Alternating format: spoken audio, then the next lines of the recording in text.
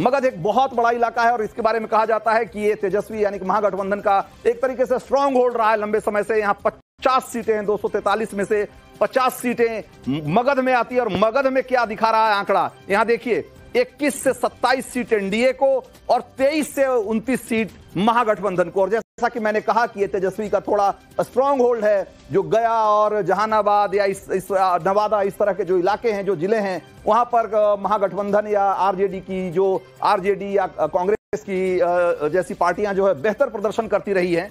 तो उस हिसाब से अगर आप देखिए तो यहां पर कमोबेश उसी तरह की फाइट दिखती है। यहां भी जेएसपी और अदर्स के खाते में कुछ भी नहीं जाता दिख रहा है, शून्य है, 0-0 है दोनों ही खानों में। लेकिन अगर देखा जाए तो यहां एकदम टक्कर की लड़ाई है, एकदम आमने सामने की लड़ाई है।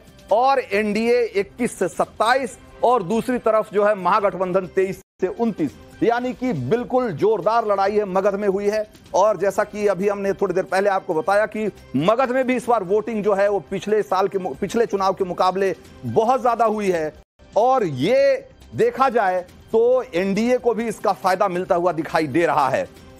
अब जो आखिरी जो नतीजे आएंगे उसमें क्या किस तरह के आंकड़े दिखेंगे वो एक अलग चीज है। लेकिन जो जेवीसी एग्जिट पोल है वो कह रहा है कि मगध में दोनों के बीच में, दोनों गठबंधन के बीच में बहुत ही कांटे की और जोरदार टक्कर हो रही है, जबरदस्त लड़ाई है।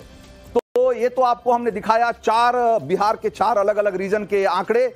और इन आंकड़ों को देख करके ऐसा लग रहा है कि जो बिहार में इस बार लड़ाई है वो कोई बहुत बराबरी की लड़ाई नहीं है। और एक बार फिर से नीतीश कुमार की सरकार बननी करीब करीब तय है। जो फाइनल टैली इसके बाद, इन 4 रीजन को देखने के बाद फाइनल टैली क्या दिख रही है, जरा उस पर भी गौर करिए। जो फाइनल टैली यहां से देखा जाए तो एक तरीके से जो एनडीए है वो एक तरीके से देखा जाए तो बहुमत के बहुत करीब पहुंचती हुई दिखाई दे रही है। और ये मगध के बाद जो लड़ाई है, जो कि देखा जाए तो ये वो इलाका है जहां पर कि यादवों की संख्या, मुसलमानों की संख्या अगर बहुत ज्यादा नहीं तो इतनी जरूर है कि वहां पर बहुत सारी सीटों पर निर्णायक भूमिका अदा करते हैं। और उस हिसाब से देखा जाए तो ये जो मगध की लड़ाई है वो एक टक्कर की लड़ाई दिख रही है। अब आपको हम जरा दिखाते हैं भोजपुर। हमने आपको 4 रीजन दिखाया, जरा 5वां रीजन देखते हैं। भोजपुर में क्या दिख रहा है, 55 सीटें हैं। अगर देखा जाए तो ये भी बहुत बड़ा इलाका है और मगध से भी ज्यादा सीटें भोजपुर में आती है। 55 सीटें 243 में से। यहां जरा देखिए, यहां क्या दिख रहा है, यहां 27 से 31 एनडीए और महागठबंधन के खाते में 23 से 27 सीटें जाती हुई दिखाई दे रही है।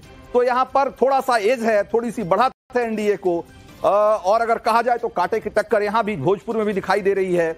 और 23 से 27 और 27 से 31, तो देखा जाए तो थोड़ा बढ़त है, बहुत ज्यादा नहीं कहेंगे। लेकिन यह बढ़त जिस तरीके से बाकी के 3-4 रीजन में एनडीए ने ठीक ठाक बढ़त पहले ही बना रखी है, उस हिसाब से अगर देखें तो एनडीए एकदम से देखा जाए तो बहुमत को यहां से एक तरीके से वो पार कर ले रहा है। और आपको जो हम फाइनल टैली है वो आपको दिखाएंगे और उसके बाद आप इस बात का अंदाजा लगा पाएंगे कि किस तरीके से इस बार जो बिहार की लड़ाई है वो एक बार फिर से नीतीश कुमार की तरफ जाती हुई दिखाई दे रही है। और एग्जिट पोल के आंकड़ों में तो कम से कम नीतीश कुमार की सरकार एक बार दोबारा बनती हुई दिखाई दे रही है। और जरा देखिए इसके बाद ये जो हमने आपको 5वां रीजन दिखाया, इसके बाद जो नीतीश कुमार की सरकार है, कम से कम एग्जिट पोल के आंकड़े कहते हैं कि उनकी सरकार बननी तय है। और उसके हिसाब से एनडीए को 129 सीटें एनडीए को मिल रही है और महागठबंधन को सिर्फ 86 सीट मिल रही है। जेएसपी जो कि जन सुराज पार्टी है, जो कि पीके बहुत ताकत से इस जंग को लड़ रहे थे और उन्होंने ये साबित करने की कोशिश की कि इस बार के चुनाव में एक तीसरा फैक्टर भी होगा, पीके फैक्टर। वो फैक्टर बहुत काम करता हुआ दिखाई नहीं दे रहा है। और जरा एक बार फिर से हम अपने सहयोगियों का रुख करते हैं और हम चलते हैं साकेत के पास। साकेत, अगर देखा जाए तो भोजपुर और मगध से ठीक ठाक सपोर्ट मिलता हुआ दिखाई दे रहा है महागठबंधन को। उसके बावजूद जो एग्जिट पोल के आंकड़े कहते हैं कि सरकार तो नीतीश कुमार की ही बनेगी। बिल्कुल, जिस तरह से शाहाबाद या भोजपुर जिसे कहते हैं उस इलाके की अगर हम बात करें तो पिछले लोकसभा चुनाव में 5 सीटें महागठबंधन वहां से जीती थी। और ऐसे में अगर उस इलाके में बीजेपी सेंधमारी कर रही है, अगर लड़ाई टक्कर की वहां पर एनडीए दे रही है, तो ये कहीं ना कहीं एनडीए के लिए एक शुभ संकेत है। और जो एग्जिट पोल के आंकड़े दिखा रहे हैं उससे ये साफ है कि इस इलाकों में भी एनडीए ने अच्छा परफॉर्मेंस किया है। उसी तरह मगध के इलाके में भी महागठबंधन के कई उम्मीदवार जीते थे लोकसभा चुनाव में भी और पिछले विधानसभा चुनाव में भी, यानी कि ये गढ़ माना जाता था महागठबंधन का। और उन इलाकों में अगर एनडीए ने फाइट दिया है, वहां पर नेक टू नेक फाइट अगर महागठबंधन और एनडीए के बीच है, तो ये बहुत फायदे की बात एनडीए के लिए होगी, जिस तरह से एग्जिट पोल इशारे भी कर रहा है। लेकिन आज चूंकि सुबह से हम मगध के कई इलाकों में, गया से लेकर जहानाबाद से लेकर नवादा, तमाम इलाकों में मैं घूम रहा था और वहां पर वोटर्स की जो कह सकते हैं वोटर्स का जो रुझान था वो देखने को मिला। खास करके महिला वोटर की लंबी लंबी कतारें। हाँ। एक जमाना था जब ये पूरा नक्सल इलाका हुआ करता था, वहां पर वोटर्स डरते थे बूथ पर जाने पर, और वहां पर अब देखिए 5 बजे शाम तक 70% के आसपास वोटिंग हो गई है 1 से 1.5 घंटे में, और ये जो आंकड़ा है बढ़ेगा। तो ये देखिए, मतलब हम लोग पहले जो 14-15% वोटिंग जो है वो 10-11 बजे तक दिन में पता लगता था कि 15-17% वोटिंग हुई है। अभी सुबह आपको पता लगता है कि 9 बजे तक 15% वोटिंग हो जाती है, और शाम 5 बजे तक अगर 60%, 65% से ज्यादा वोटिंग दिख रही है, तो इसका मतलब है कि इस बार लोगों ने बड़ी संख्या में वोट किया है पिछले चुनाव के मुकाबले। हालांकि इसके पीछे एक बड़ी वजह एसआईआर है, जिसकी वजह से बहुत सारे बोगस वोट काटे गए हैं और उसकी वजह से भी थोड़ा परसेंटेज बढ़ा हुआ दिख रहा है। लेकिन इसमें भी कोई दो मत नहीं है कि जिस तरह का उत्साह वहां बूथ पे दिखाई दिया, आपने भी दिखाया, रंजीता ने भी दिखाया और बाकी सहयोगियों ने भी दिखाया कि किस तरीके से सुबह से ही वहां बूथ पर लंबी लंबी कतारें दिख रही हैं। वो बताता है इस बार लोगों में इस चुनाव को लेकर बहुत अच्छा उत्साह था, और इसमें कोई दो मत नहीं है कि इसका फायदा, जो कम से कम एग्जिट पोल के आंकड़े बताते हैं कि इसका फायदा नीतीश कुमार को मिलता हुआ दिखाई दे रहा है। हमारे साथ वरिष्ठ पत्रकार अनंत विजय भी हैं। अनंत विजय जी, एक बार फिर से नीतीश कुमार, कम से कम एग्जिट पोल के आंकड़े तो यही कह रहे हैं, और जैसा कि हमने बिहार में दोनों ही चरणों में देखा कि बड़ी संख्या में महिलाएं निकलकर वोट देने के लिए आई, और पुरुषों के मुकाबले किसी भी बूथ पे चले जाइए, महिलाओं की कतार कहीं ज्यादा लंबी दिखी, बल्कि कई जगह तो 2 गुनी लंबी दिखी। मुझे लग रहा है कि ये महिलाएं नीतीश कुमार के लिए एक बार फिर से वरदान साबित हो रही। रंजीत जी, देखिए, महिलाएं आज सिर्फ 10,000 रुपए की बदौलत नीतीश कुमार के साथ नहीं आ रही है। नीतीश कुमार ने 2005 से, जब वो सत्ता में आए थे, तब से ही महिलाओं को नर्चर किया। बालिकाओं को साइकिल देने से लेके, स्थानीय निकाय के चुनाव में उनको आरक्षण से लेके, उनके लिए जितने काम किए, उनके साथ निश्चय में भी महिलाओं की भागीदारी सुनिश्चित की गई थी। तो ये पिछले 20 साल की जो बच्चियां उस समय स्कूल में पढ़ रही थी और उनको बस्ता और साइकिल मिला था, अब वो माँ हो गई हैं, उनके बच्चे हो गए। तो उन्होंने पूरी की पूरी एक पीढ़ी तैयार की अपने लिए। तो मुझे लगता है कि अब 20 सालों बाद नीतीश कुमार को वो महिला वोटर पे कर रहे हैं, और जाहिर सी बात है, जो ये 10,000 रुपए का उन्होंने उन लोगों को रोजगार शुरू करने के लिए 1 करोड़ से अधिक महिलाओं को जो पैसे उनके खाते में ट्रांसफर हुए, उसका असर बहुत दिख रहा है बिहार में। लेकिन कुल मिलाकर अगर हम देखें तो जिन आपने सारे रीजन में दिखाए, अगर हम उसमें मगध को छोड़ दें तो भोजपुर और मगध के अलावा बाकी हर जगह, मतलब तिरहुत और जो आपका मिथिलांचल है, उसी में से 2 में से 90 के करीब सीटें हो जा रही है। तो सरकार तो इन्हीं 2 रीजन से बन जा रही है। बाकी मुझे हैरानी सिर्फ इस बात पर हो रही है कि जन स्वराज पार्टी को इस बार इतना माहौल बना था, और अगर उनको सचमुच आपके एग्जिट पोल के नतीजे में प्रश्न करने का कोई कारण नहीं नजर आता, लेकिन अगर सचमुच उनको 2 सीटें मिलती हैं तो प्रशांत किशोर के लिए ये रास्ता बहुत बड़ा सेटबैक होगा। बिल्कुल। तो हमने अभी तक आपको 4 रीजन के जो आंकड़े दिखाए, उसी से एक तरीके से क्लियर हो गया कि एक बार फिर से नीतीश कुमार की सरकार बनने जा रही है। कम से कम एग्जिट पोल के आंकड़े तो यही बोल रहे हैं। अब जरा 5वें रीजन की एक बार दिखा देते हैं, माफ करिएगा, 6ठे रीजन का जरा दिखा देते हैं।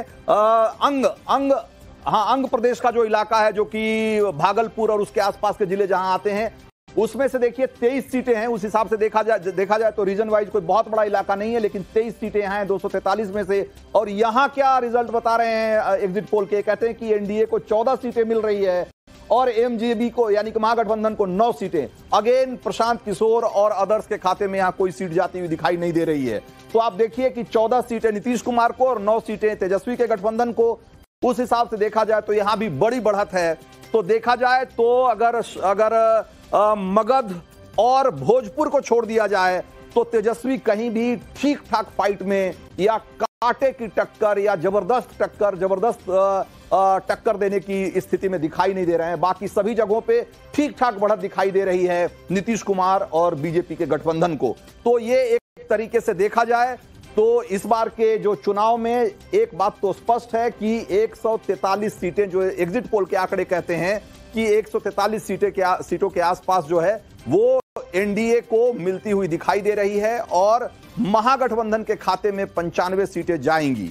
इसके अलावा इसमें जरा सा अगर थोड़ा ब्रेकअप देख लें तो कहा जा रहा है कि बीजेपी के खाते में 74 से 78 सीटें जाएंगी और जेडीयू को 53 से 60 सीटें मिल सकती हैं। इसके अलावा एलजेपी, जिसके बारे में कहा जा रहा था कि खास करके चिराग पासवान ने दावा कर रहे थे कि उनका जो स्ट्राइक रेट है वो बहुत ही शानदार होने वाला है और जिस तरीके से उन्होंने लोकसभा में 5 की 5 सीटें जीतकर 100% का स्ट्राइक रेट दिखाया, उसी तरीके से इस बार विधानसभा में भी करेंगे। तो ऐसा कम से कम होता हुआ नहीं दिखाई दे रहा है। एलजेपी को 5 से 8 सीटें मिल रही हैं जबकि उन्होंने 29 सीटों पर चुनाव लड़ा है। इसके अलावा जो हम है मांझी जी की पार्टी और आरएलएम है, जो कि दोनों ने 6-6 सीटों पर चुनाव लड़ा, उनको 1 से 2 सीटें मिलती हुई दिखाई दे रही है।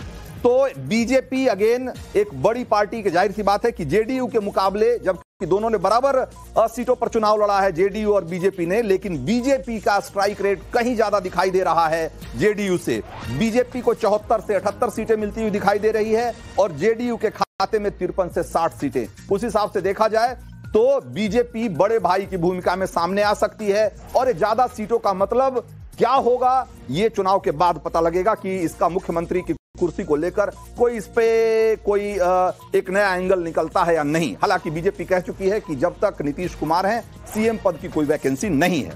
दूसरी तरफ जरा देखिए महागठबंधन को हमने बताया कि करीब 95 सीटें मिलती हुई दिखाई दे रही है और अगर रेंज में देखें तो 88 से 103 सीटें महागठबंधन के खाते में दिखाई जाती हुई दिख रही है उसमें एग्जिट पोल में, और आरजेडी को 69 से 80, यानी कि अगर देखा जाए तो 69 से 80 सीटें मिलती हुई दिखाई दे रही है। और उस हिसाब से महागठबंधन में जाहिर सी बात है उन्होंने बहुत ज्यादा सीटों पर चुनाव भी लड़ा था, 143 सीटों पर चुनाव लड़ा था, तो उस हिसाब से उनको 69 से 80 सीटें मिल रही है और कांग्रेस को 10 से 12, ये बहुत बड़ा एक तरीके से झटका है एक बार फिर से कांग्रेस के लिए। 60 सीटों पे चुनाव लड़ा कांग्रेस ने और उनको सिर्फ 10 से 12 सीटें मिलती हुई दिखाई दे रही है। सीपीआईएमएल माले, जो कि भाकपा माले जिसको कहते हैं, वो 6 से 8 सीटें और सीपीआईएम और सीपीआई को 1 से 2 सीटें मिलती हुई दिखाई दे रही है। इसमें जैसा कि हमने आपको पहले बताया था कि सीमांचल में एक बार फिर से ओवैसी खाता खोलते हुए नहीं बल्कि 2 से 3 सीटें उनको मिल सकती है, जो कि ओवैसी के लिए बहुत प्लस पॉइंट है। पिछली बार भी उन्होंने 5 सीटें जीती थी और अगर इस बार 3-4 सीटें जीत लेते हैं तो एक तरीके से माना जाएगा कि बिहार का मुसलमान एक बार नहीं बल्कि ओवैसी को अपना लीडर बार बार मानने को तैयार हो गया है। तो ये तो हो गया सीटों की बात। एक बार हम फिर से अपने सहयोगी का रुख करेंगे, लेकिन उससे पहले जरा कुछ वोट शेयर दिखा देते हैं कि इस बार वोट शेयर में किस तरह का बदलाव दिख रहा है बिहार चुनाव में। तो जरा देखिए, अगर आप देखेंगे तो बिहार में इस बार जो वोटिंग हुई है अभी तक और जो एग्जिट पोल के हमारे नतीजे कहते हैं जेबीसी के, उसमें वोटिंग परसेंटेज में कोई बहुत बड़ा फर्क नहीं दिख रहा है। एनडीए को 45% वोट मिल रहे हैं और महागठबंधन को 42%, यानी कि 3% का फासला है, 3% का फर्क है महागठबंधन और एनडीए के वोट शेयर में। लेकिन सीटों का फर्क बहुत बहुत बड़ा है और इतना बड़ा है कि एक जो है बहुमत से बहुत दूर है और दूसरा बहुमत से बहुत आगे। तो उस हिसाब से देखा जाए इसमें जो जेएसपी, ये इंपॉर्टेंट चीज है कि जेएसपी को ठीक है सीटें तो नहीं मिल रही हैं, 1 से 2 सीटें ही एग्जिट पोल के आंकड़े बता रहे हैं कि उनको मिल सकते हैं, लेकिन वोट शेयर उनका 6% है। ये एक प्रशांत किशोर के लिए एक सांत्वना की बात हो सकती है। इससे उनका उत्साह या उनको थोड़ा हौसला मिल सकता है कि उनको पहले ही चुनाव में 6% वोट मिले हैं। अनंत विजय, क्या आप इस बात से आप सहमत हैं कि ये जो 6% का वोट शेयर है वो उनको थोड़ा हौसला दे सकता है आगे की लड़ाई के लिए? हौसला भी देगा, संतोष भी देगा। रंजीत जी, अगर आप देखिए तो प्रशांत किशोर जिस प्रकार से 6% वोट काटे हैं, वो किसका वोट है इसको भी देखने की आवश्यकता है, क्योंकि प्रशांत किशोर जिस प्रकार का प्रचार कर रहे थे, सीमांचल में भी उनका कुछ प्रभाव है तो मुस्लिमों के वोट भी उनको मिल सकते हैं, उच्च जातियों के भी कुछ वोट मिले होंगे, और कभी कहना मुश्किल है। लेकिन जो 3% का फर्क आपको दिखाई देता है एनडीए में और महागठबंधन के बीच में, ये फर्क बड़ा है, क्योंकि पिछली बार 12-13 हजार का अंतर था वो संख्या के लिहाज से देखें तो दोनों के वोट में, एनडीए के और एमजीपी के। लेकिन अब 3% अगर बहुत ज्यादा, मतलब 3% का अगर फासला होता है तो बहुत 6% में तो सरकार ही बदल जाती है। आमतौर पर हमने ये देखा है कि अगर दोनों पार्टियों या दोनों गठबंधन के बीच 6% का अंतर होता है तो सरकारें बदल जाती है। लेकिन 3% के अंतर पर भी इतनी बड़ी 143 और 95, लेकिन फिर वही बात कहानी दोहराई गई जो पिछली बार दोहराई गई थी। कांग्रेस पार्टी ने फिर तेजस्वी की रफ्तार को थामने का काम किया है। फिर से नैया डुबो दी महागठबंधन की। जी, पिछली बार 16 सीट जीत पाए थे, इस बार आपके में 10 से 12 सीटें मिल रहे हैं, तो मतलब 60 लड़के भी 10 से 12 आए, हालांकि 10-12 सीटों पर फ्रेंकली फाइट। राहुल गांधी इस बात से भी संतोष कर सकते हैं कि उन्होंने उनका स्ट्राइक रेट 2 गुना हो गया है। कम से कम कि वोट चोरी के नारे का बिहार की जनता ने नकार दिया, इसका मतलब है बिल्कुल वोट अधिकार यात्रा को और वोट चोरी के उनके नैरेटिव को बिहार की जनता ने नकार दिया। कम से कम आपके इस एग्जिट पोल से तो यही साबित हो रहा है। बिल्कुल, आशुतोष के पास चलेंगे, हमारे सहयोगी आशुतोष सासाराम में हैं। और आशुतोष, आज जो आपने वहां वोटिंग देखी, जिस तरह का उत्साह दिखा, और लोग जो आपसे बात कर रहे थे इस दौरान, वो क्या कह रहे थे जबकि एक तरीके से एग्जिट पोल के आंकड़े सामने आ चुके हैं और ये लगने लगा है कि एक बार फिर से बिहार में नीतीश कुमार तय हैं, कम से कम एग्जिट पोल के आंकड़ों के हिसाब से, तो आपका क्या आकलन है? लोग इसके पीछे जो आपने बातचीत की, आपको क्या वजह दिखी उसमें?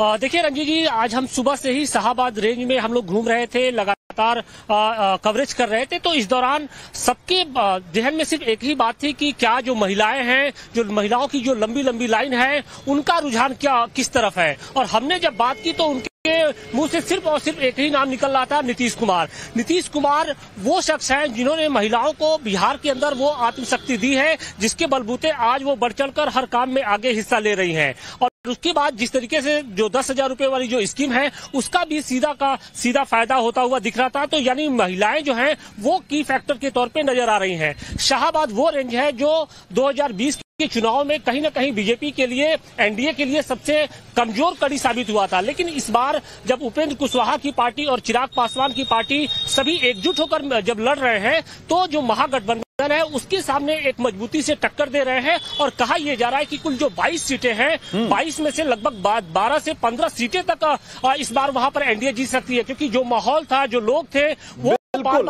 और कुछ इसी तरह का आंकड़ा हमारे एग्जिट पोल में भी निकल कर आया। इसी तरह का आंकड़ा हमारे एग्जिट पोल में भी निकल कर आया। आशुतोष, तो ये आप बिल्कुल सही कह रहे हैं, जो महिलाओं का फैक्टर है, अगर बिहार में एमवाई में अगर जो एक टाइम था ना, या अभी भी कहें कि जो माई फैक्टर है, उसमें जो एम फैक्टर है वो भले मुस्लिम फैक्टर है आरजेडी के लिए, लेकिन जेडीयू या यूं कहें कि एनडीए के लिए एम फैक्टर और महिला फैक्टर है, जो कि एक तरीके से विनिंग फैक्टर साबित हो रहा है चुनाव दर चुनाव। और ये बार बार हम देख रहे हैं, जैसा कि अभी अनंत विजय कह भी रहे थे, कि ये कोई पहली बार नहीं है। और नीतीश कुमार की ये सालों की मेहनत है, 20-25 सालों में उन्होंने इस वोट बैंक को न सिर्फ खड़ा किया, मजबूत किया, बल्कि उनको वो एक तरीके से आत्मसम्मान और वो शक्ति दी है, जिसकी वजह से आज वो एक सेपरेट कंस्टिट्यूएंसी के तौर पे अपने आप को उसने स्थापित किया है। और महिलाएं निश्चित रूप से बहुत गेम चेंजर साबित हो रही हैं। उनकी कहानियां हिंदुस्तान में बहुत सारी महिलाओं को प्रेरित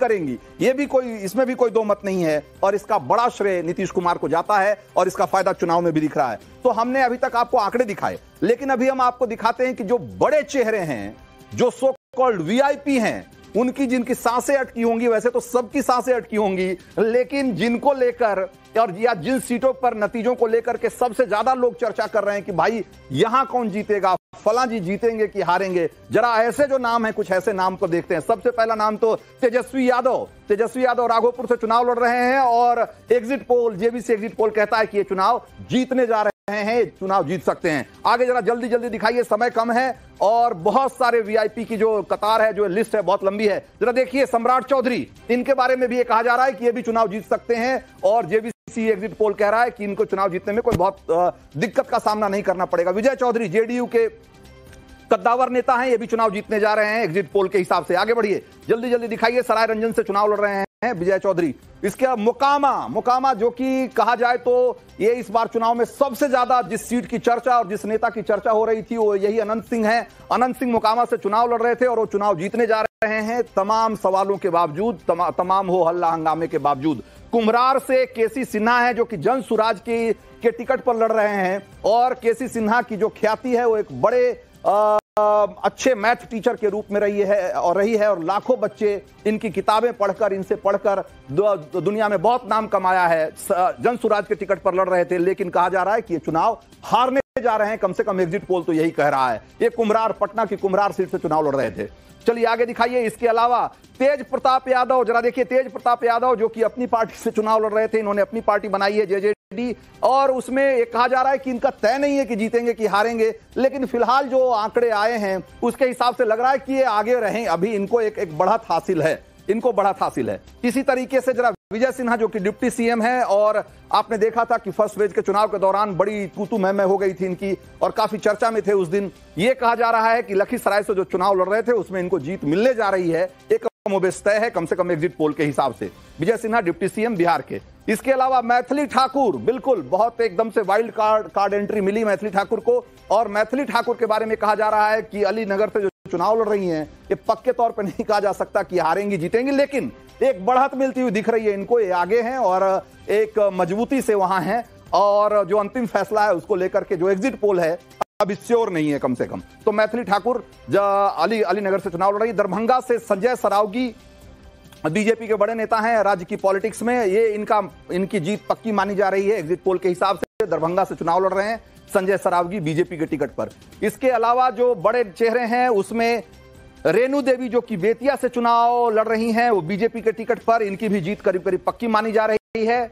और इसके अलावा कुछ और अगर नाम है तो जरा जल्दी जल्दी दिखाइए, समय कम है।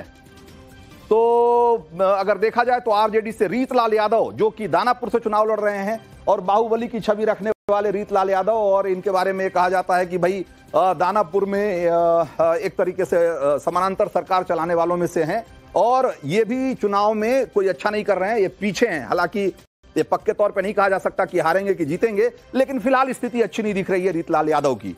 तो ये हो गए कुछ बड़े कैंडिडेट के बारे में हम आपको बता रहे हैं।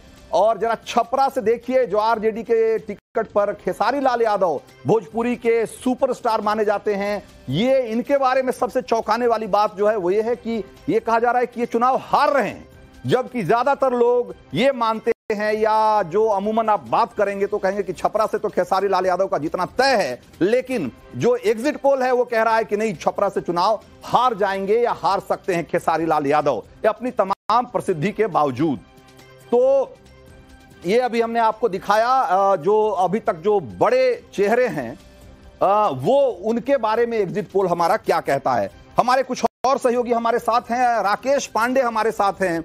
विद्यानाथ झा और राकेश पांडे बहुत लंबे समय तक बिहार चुनाव के दौरान अलग अलग जिलों में घूमते रहे, शोज करते रहे, ग्राउंड रिपोर्ट करते रहे। एक बार राकेश पांडे के पास चलते हैं। राकेश, ये जो आंकड़े हमने दिखाए और ये जो हमने कुछ चेहरे दिखाए, इनको देखने के बाद और आपका जो तजुर्बा रहा घूमने के बाद, कैसे दोनों को मिलाते हैं, कैसे कोलेट करते हैं दोनों को?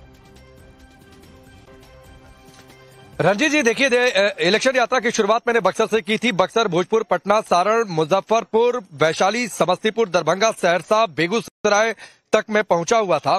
और इसमें मैं 2 सीटों की बातचीत खासतौर पर कर लेता हूं, जिसमें आप 2 चेहरों की बातचीत कर लेते हैं। एक तो दरभंगा मैथिली ठाकुर का, और दूसरा छपरा से मैं बातचीत कर लेता हूं, यानी सारण से मैं बातचीत कर लेता हूं, जहां से खेसारी लाल चुनावी मैदान में है। अगर ये एग्जिट पोल ये कह रहा है कि मैथिली ठाकुर जीतती हुई दिखाई दे रही है और खेसारी लाल हारते हुए दिखाई दे रहे हैं, तो इसकी 2 बड़ी वजहें हैं। एक तो दरभंगा में मैथिली ठाकुर की जब वाइल्ड कार्ड एंट्री हुई थी तो जाहिर सी बात है वहां पर कैडर में बहुत नाराजगी थी, बहुत सारे लोग खिलाफत थे। तो दूसरी पार्टियों को यह सीखना चाहिए कि वहां की नाराजगी को कैसे मैनेज किया गया, कैसे सबको संतुष्ट किया गया। खुद बीजेपी की टॉप लीडरशिप ने लोगों से बातचीत की और कहा कि नहीं, आप लोग मैथिली ठाकुर को सपोर्ट करिए, और वो कैडर उनके साथ जाकर खड़ा हुआ। खेसारी लाल यादव के बारे में क्या कहेंगे? के साथ आप देखिए, खेसारी लाल यादव के बारे में क्या कहेंगे? समय कम है इसलिए मैं जल्दी जल्दी पूछ रहा हूं आपसे। हाँ, मैं उसी पर आ रहा था, क्योंकि बीजेपी के अंदर कई सारे डिस्प्यूट थे। बीजेपी ने उन डिस्प्यूट के बाद भी अगर खेसारी लाल हारते हुए दिख रहे हैं तो फिर ये सोचना चाहिए आरजेडी को और खेसारी लाल को खुद सोचना चाहिए, क्योंकि राखी गुप्ता बहुत समय से और पार्टी पर उन्होंने बहुत खर्चा भी क्या वो निर्दलीय चुनावी मैदान में उतर गई। इसलिए मैं कह रहा हूं कि अगर खेसारी लाल हारते हुए दिखाई दे रहे हैं तो निश्चित तौर पर चुनाव कैसे जीता जाता है चिंतन का बहुत बड़ा बहुत बड़ी वजह हो सकती है कि खेसारी लाल यादव जैसे इतना स्टार वैल्यू और सो कॉल्ड उनका गढ़ है, उसके बावजूद अगर चुनाव हार रहे हैं तो क्यों हार रहे हैं। बिल्कुल सही कहा आपने।